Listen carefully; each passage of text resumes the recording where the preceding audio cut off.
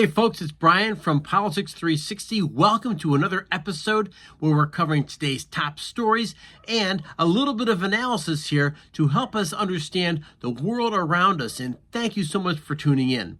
Take a look. We have 4 stories here that are worthy of covering. And once again, stay here to the very end because I do have a couple of interesting things to share with you and maybe a little bit of perspective on this world that's rapidly changing like right before our eyes. So stay tuned.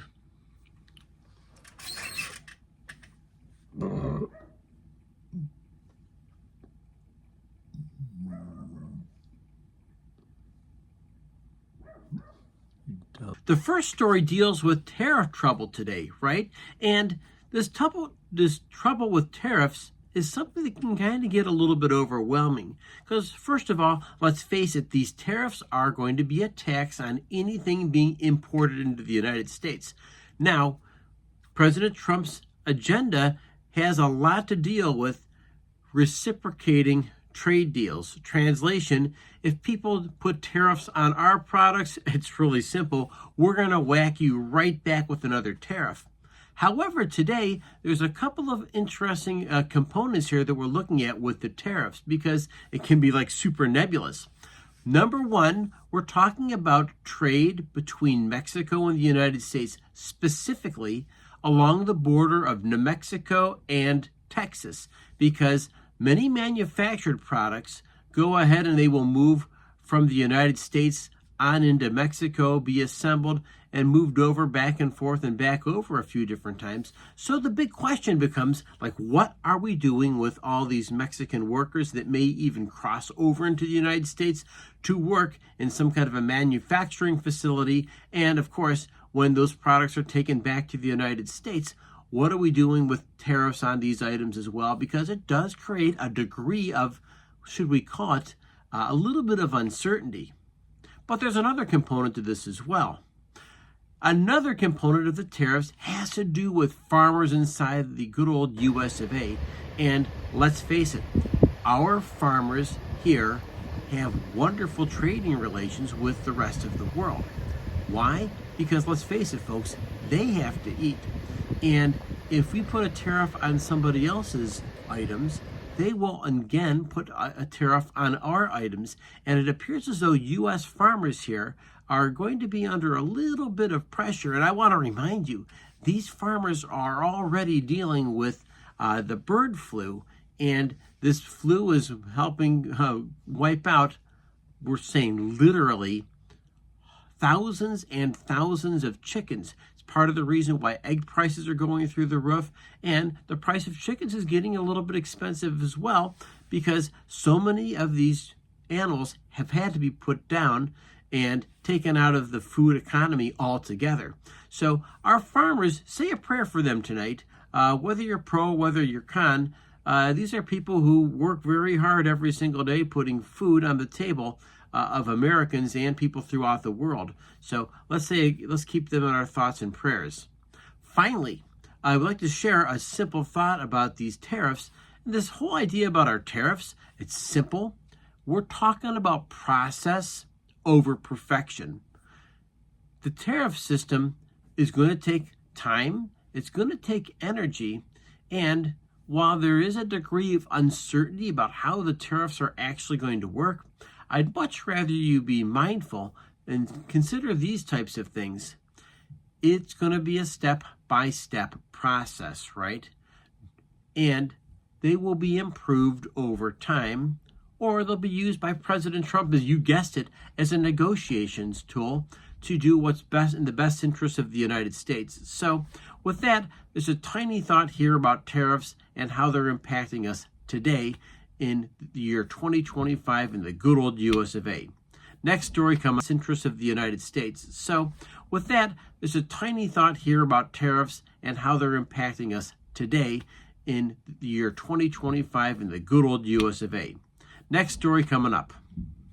In other news, we have talks going on in Saudi Arabia between the United States and Russia about Ukraine. Now, Marco Rubio is there, our Secretary of State, and I do believe is a very, very competent politician.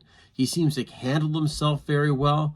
And he had already made a trip this early part of the presidency for Trump, going into Central and South America and talking to those countries. He has a natural connection with some of those countries and some of those peoples, but now he's on a very big mission over in Saudi Arabia, brokering a little bit of talking between the United States and Russia.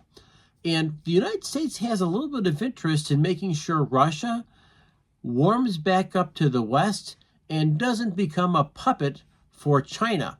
This is an area of concern. Number two, it's an area of concern because we know that North Korea actually sent soldiers over to Russia to fight against Ukraine. So it's an issue number two that the United States has their own issues to talk and deal with Russia about. But of course, the main idea here is Trump would love to see that war in Ukraine ended. Sooner the better. And with that, just note that these talks that are going on right now in Saudi Arabia, there's a couple mean characters that are missing. Number one, there is no representative from Ukraine, no Zelensky, nobody right now if we're talking about maybe initial bargaining pieces inside of peace talks.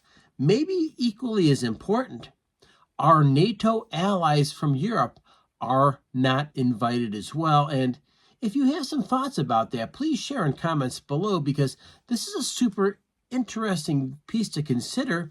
And maybe more importantly, it's also an extremely important matter to realize that NATO has had a lot to do with us not having a war in Europe for almost like the last 80 years. So their involvement and their interest in what's going on in Ukraine is immediate. So we will see how this story changes over the next couple of weeks here. And once again, you can count on me to cover these things for you. Next story coming up.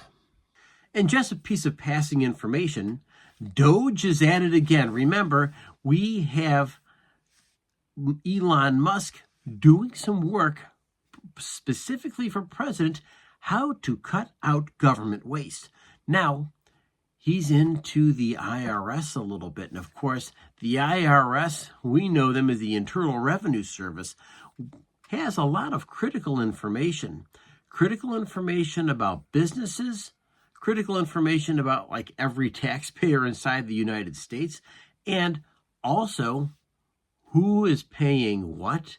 And while we are a little bit nervous about personal information, Trump and Musk promise us that they are not worried about the average American's information. What they're really concerned about is, are there any inefficiencies in this giant government bureaucracy? And of course, we know that there's going to be some inefficiencies almost everywhere they go.